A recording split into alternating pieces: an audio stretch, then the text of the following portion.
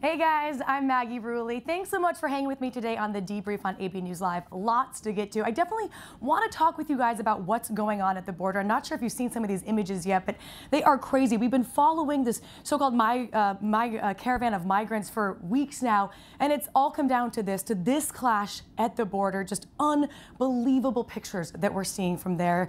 We also have to talk about the craziness that's going on in Russia right now. I don't know if you're caught up on this at all. We'll catch up together. But right now, Russia's getting all sorts of aggressive with their neighbors. It's almost like a real-life game of battleship. So we're going to talk a lot more about that and really break it down. And then in some more fun things that we get to chat about, I'm super pumped about this because we're going to Mars. This is so exciting. There's 7 minutes of seconds of terror, of terror that are happening. We're going to check in with our resident nerd here, Clayton Sandell. I'm super pumped. And he tells me that there's something with peanuts we're going to hear about. I don't know what it is either, so we're going to learn about it together. But we're checking with all of this. A lot happened over the weekend, and if you're like me, there's a lot of turkey sandwich eating, not much news gathering going on. But thankfully, we've got a lot to talk about, so take a listen to what's going on.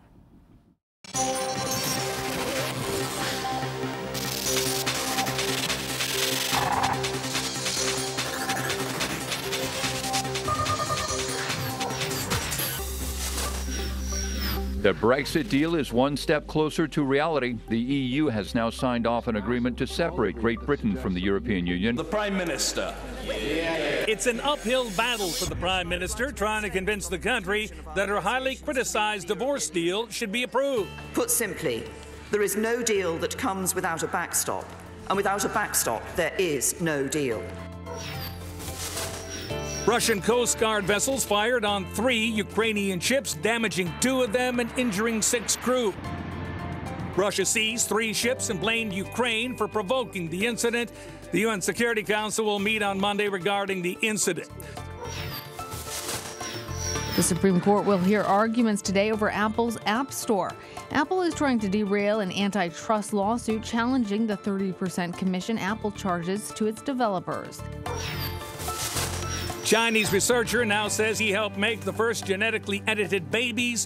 Twin girls were born this month. That kind of work is banned in the U.S.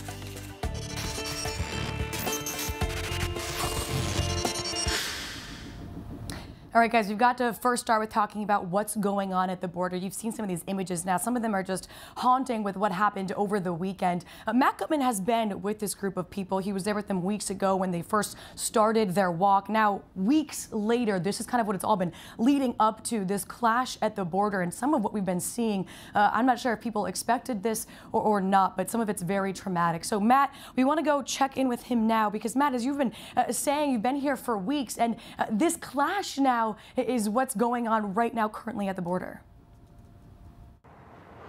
Hey, Maggie, we're on the U.S. side of the San Ysidro border here, just south of San Diego.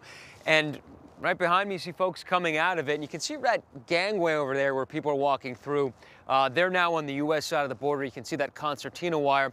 And behind me, some security vehicles. We've noticed additional security, probably more than normal. For this time of year. We saw a helicopter flying right above at 3 o'clock in the morning, and I want to show you, they're working on the fence right behind me. I don't know if that has anything to do with the clashes yesterday, but you can see that Customs and Border Protection vehicle right there, and of course that famous border fence right there that you can actually see through. Now, the clashes yesterday started when hundreds of migrants began protesting in Tijuana. They basically wanted to be able to be allowed to be processed for asylum, but at some point they got into these shoving matches with Mexican federal police in riot gear. You can see them with the batons and those shields, and somehow they started breaking away from them. They ran scampering across those canals beyond roadblocks and those pickup trucks, then up the canals and right to the concertina wire where U.S. Customs and Border Protection opened up this fusillade of fire using pepper balls, which are non-lethal, and tear gas canisters to try to drive them away.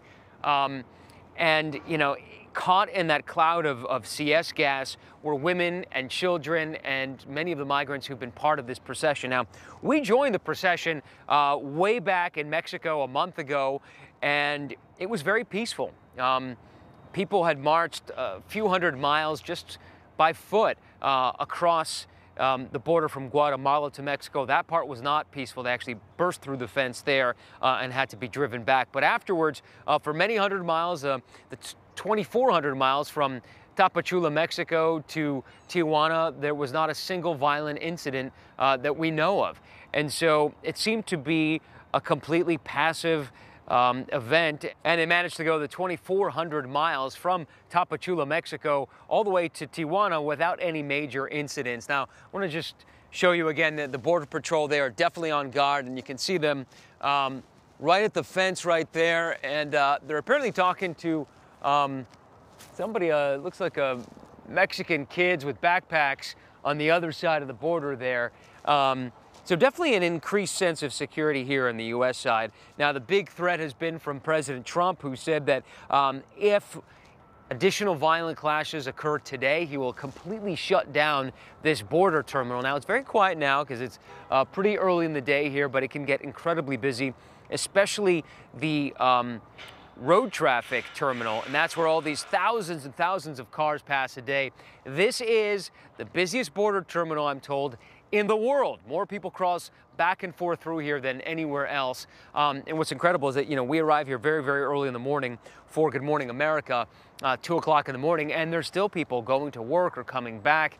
Tremendous amount of activity here. And if this place is closed down, it would cause enormous chaos in this part of the border between Mexico and the U.S. Now, at this point, there are about 5,000 migrants on the other side of the border in Tijuana.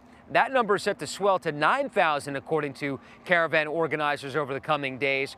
And that border terminal, from what we know and from what Customs and Border Protection tells us, can only accommodate about 100 people per day. So you do the math, and it could take very many days, up to months, to process everyone. And the question is, how will that processing go? Will it be slow-footed? We just simply don't know at this point, but it is U.S. law that they basically have to evaluate each person's asylum request. They don't have to grant it, but the U.S. government does and is obligated to evaluate everybody's request. And typically when they do that, people are on the U.S. side of the border. That is something that President Trump does not want to see. So lots more to come here, both from this side of the border and, of course, the Mexican side of the border in the coming days. Maggie. Matt, it's hard to believe you've been there with them really for weeks. This has been going on. Our friend Marcy's also on the border, and Marcy, like we were talking about with Matt, this has been going on for weeks, and we're almost getting unfazed by it by now because we've seen it happen so many times. But for them, they're living through this for weeks. They've been marching, many mothers with their children, and I'm just curious what you're seeing because for me it seems like these people must be exhausted. How are they even surviving at this point? Yeah, Maggie, it's been a really exhausting journey for these families who are here. Now, we're at what is essentially a tent city that's been set up here in Tijuana for these migrants. About 5,000 are here in Tijuana right now, waiting, hoping for the opportunity to apply for asylum in the U.S. And just to give you some perspective, that's the border right there. So just on the other side there is the United States. We're here in Tijuana, and there are so many tents and so many families and people in this tent city that they've had to spill out here onto the street. So a lot of these people don't even have tents. I mean, they're just tarps set up, tied to walls like right here, and people are sleeping underneath them. You can see we saw a family all huddled, sleeping next to each other for warmth. It was pretty chilly here this morning. So this is what life is like for these individuals and these families who have done this long trek through Central America here to the U.S. border, hoping to be able to apply for asylum. I'll give you another look here. This is people lined up for breakfast. On the other side, there's someone making pancakes, selling those. We've seen people coming around, selling toiletries, things like that. Inside the tent city, people are kind of getting their day started. There are water containers, so people are doing what they can to try to bathe. We saw people brushing their teeth. There are porta potties set up, so they're trying to make the conditions as livable as possible, but it's a really uncomfortable situation for especially these mothers who are here with their young children. We see this young boy right here getting his day started, and we're seeing just so many families like this with really, really young children. And some of them, Maggie, were out there yesterday when all of this chaos that Matt was just talking about unfolded. We were talking with a mother named Sarah Ramos yesterday. She said she went out there we're getting caught up in the crowd here, so bear with us. She was out with her children yesterday because she thought it was going to be just a peaceful rally, sending a message to the other side of the border where there was another rally happening in solidarity with these migrants. So they came out there to show their appreciation for the Americans who are supporting them and to hopefully send a message, they said, to the U.S. government that, hey, we're here and we want to apply for asylum. So she said that's why she brought her children out. And then those tear gas canisters started flying, she says, and they landed pretty close to her children. She said that the fumes were getting in their eyes, that their eyes were watering, the kids were crying and screaming. There was another boy who came up to us with a tear gas canister in his hand and said that it landed just feet away from him and that he saw someone else get injured, get hit by one of those canisters. So it was a really tense day for so many of these people here. Much calmer this morning, though. Well, Marcy, thank you so much. It's hard to imagine what it must be like to be there with those people, especially, like you said, the kids and the moms. So thank you so much for giving us all those updates.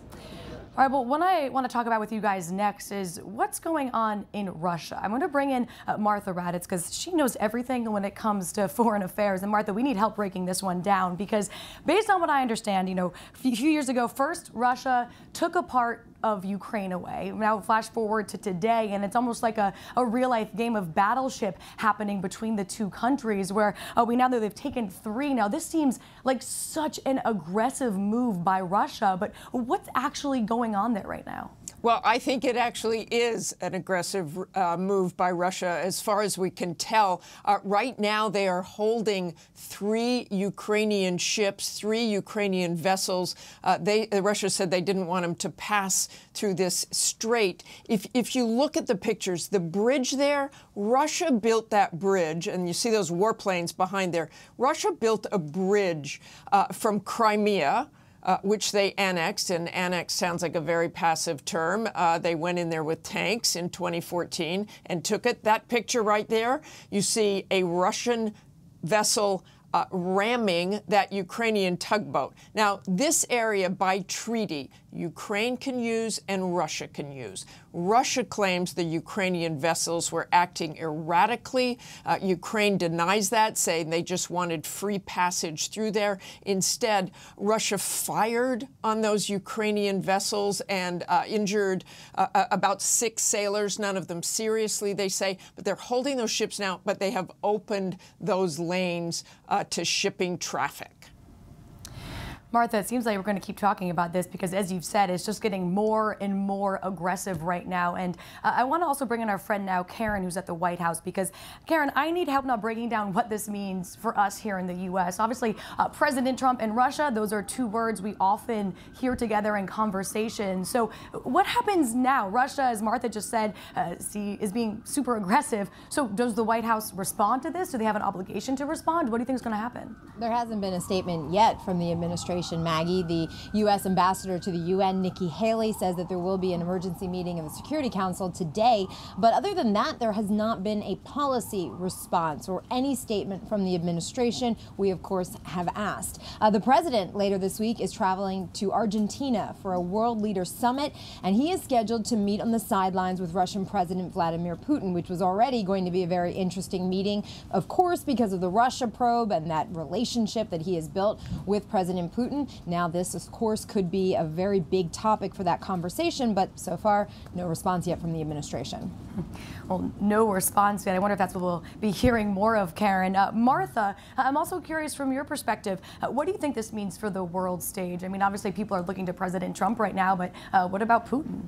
Well, I think President Putin is going to have to handle this very, very carefully in the coming days, because this could explode into a larger conflict, and certainly the world wants to avoid any kind of larger conflict. But what you've seen President Putin do over and over is just kind of push those limits, go as far as he can. But those images today of those warplanes and that ship ramming the other one have the world concerned, and NATO is calling for everyone to restrain themselves.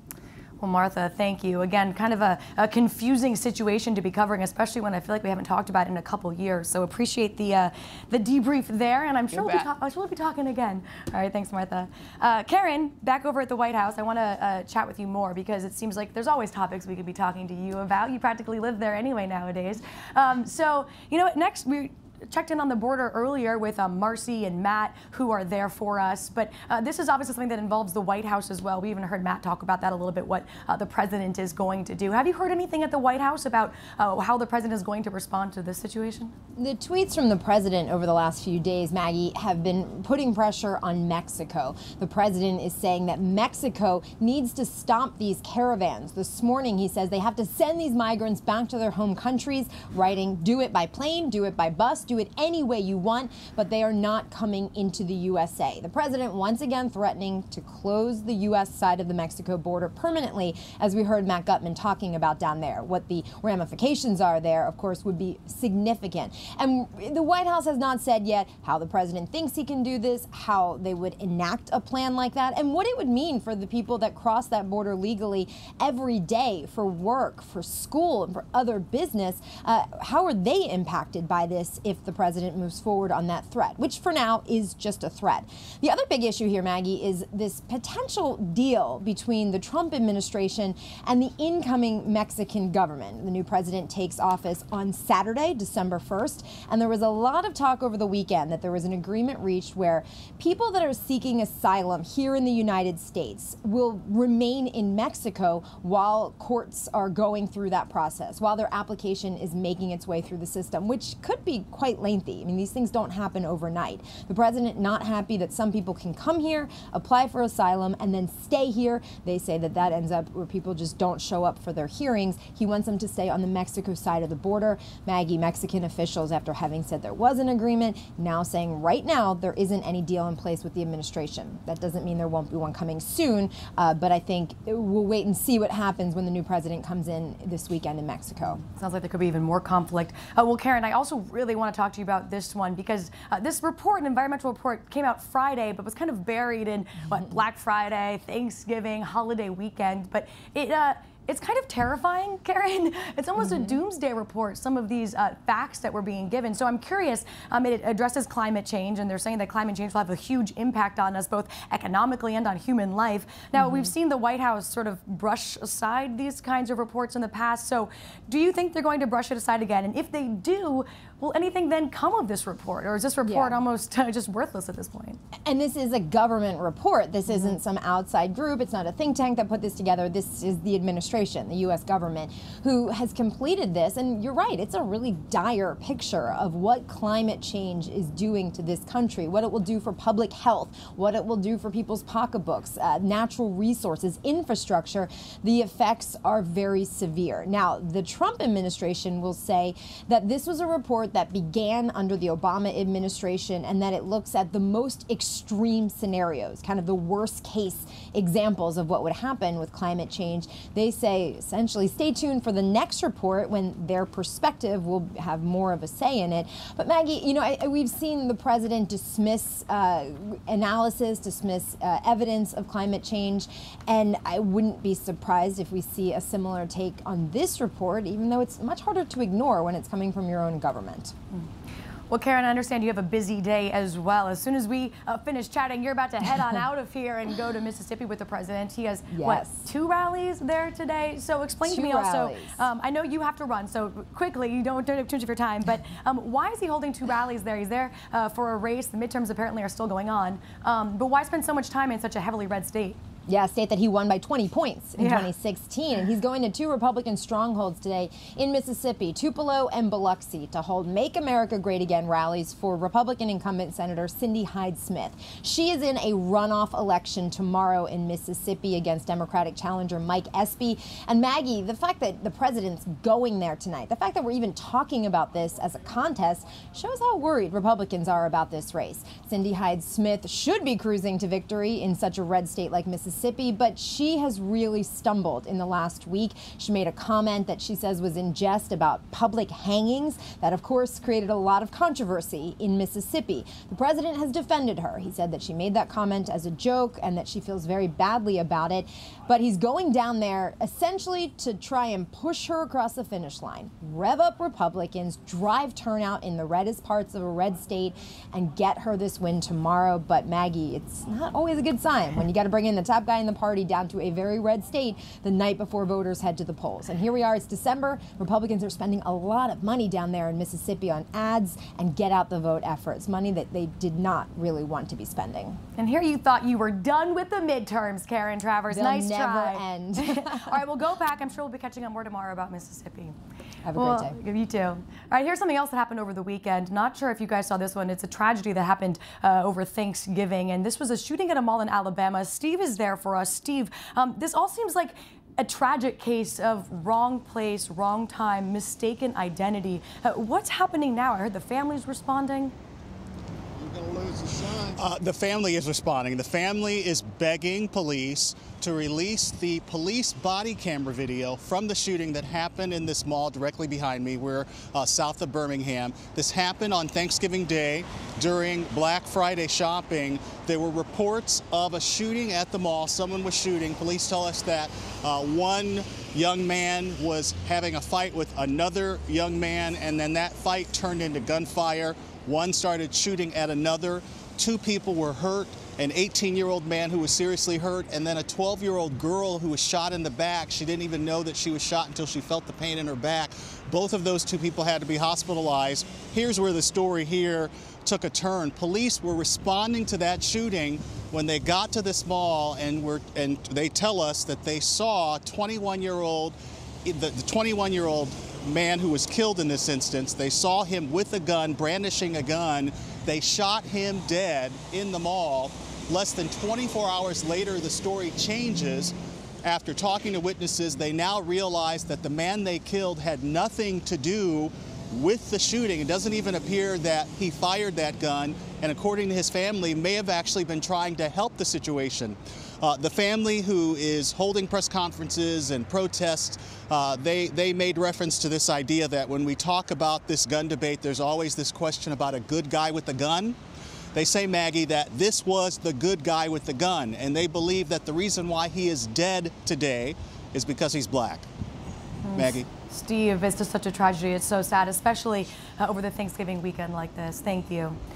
Well, speaking of Thanksgiving, hopefully you guys are home from your Thanksgiving weekend at this point. I know I hit some traffic yesterday, but nothing compares to what's going on in the Midwest right now. Alex, you're pretty much living in O'Hare Airport at this point. How are you and the other travelers doing? Apparently some people are still stuck. They haven't made it back to work yet.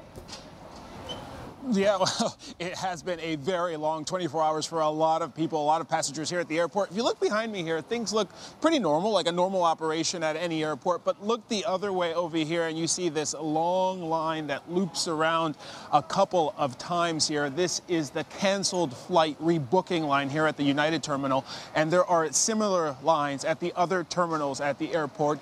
And you can expect scenes like this one right here at other big airports across the Midwest. The problem here with this storm was the timing. It could not have been any worse. Mother Nature was impeccable with her timing. This storm striking, coming down on Sunday, one of the busiest travel days of the year. Some 3 million people were headed to the airport on Sunday. Some 48,000 people were going to get on the roads on Sunday. And we now know the impact of this storm. More than 1,200 flights have been canceled. More than 5,000 flights delayed. So a lot of people now just working on finding a way home, rebooking those flights. It's taking a lot of patience. We talked to one gentleman here who has been at the airport for about 2 days. He's trying to get back to Denver, and his situation was a little complicated, but long story short is he hasn't been able to get on a flight home, and he couldn't get a rental car either, he said, because they're all booked, rented out. They didn't have any for him. So he's been sitting at the airport for a day and a half trying to figure it out. Stories like that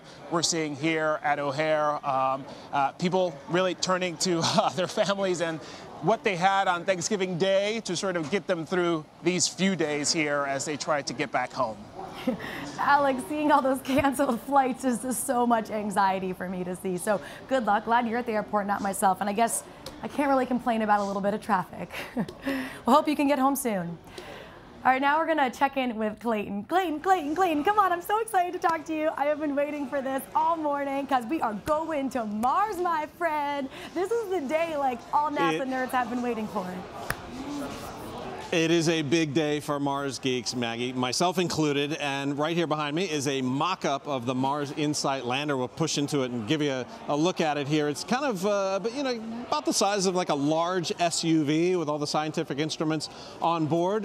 We've been talking to the mission scientists, the folks running this mission. They are optimistic, but they are also a little bit nervous because in fact, only 40% of the missions to Mars historically have actually made it.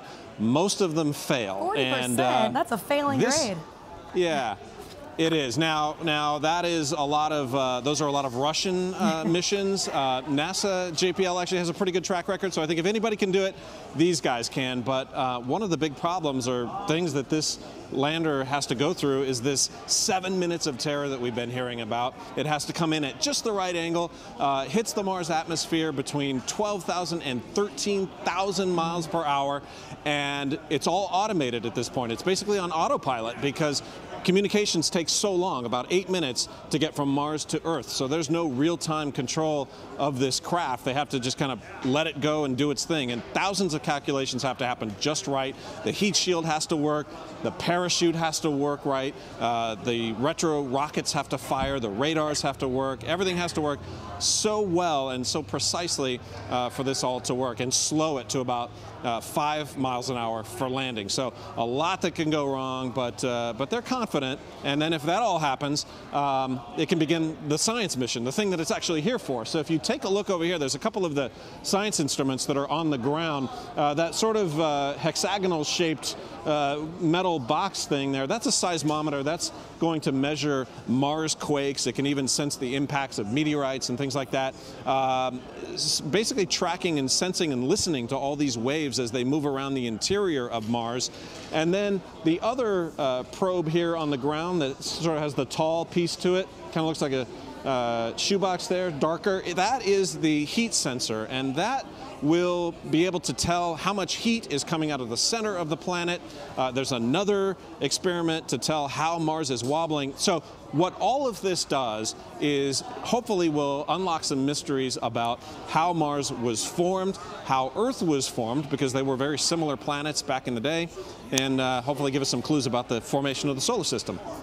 Oh, Clayton, that is also exciting. I cannot wait, although I'm terrified for those 7 minutes of terror because that's a whole lot of science you just mentioned that has to go on and go on accurately. We're going to talk to you more later on today. You guys are going to do a live stream event of this around 2:45 Eastern time. So all my follow-up questions I'm going to send to you then. But quickly before you go, because we mentioned it very fast, peanuts, what's the deal? Yes, okay, so back in the 1960s, there were the Ranger missions to the moon. There were 6 missions. They all failed. The 7th mission worked, and they, these superstitions get born. Somebody said that there were peanuts in the mission control room at that time for that 7th mission. So ever since then, peanuts in mission control. They're in there today. Well, Clayton, now I need to go get my peanuts for 2:45 when I tune in and watch you do your thing. I'm going to be snacking on peanuts as well. Everybody go get their peanuts. All right, Clayton, thanks so much. Can't wait to chat more with you later.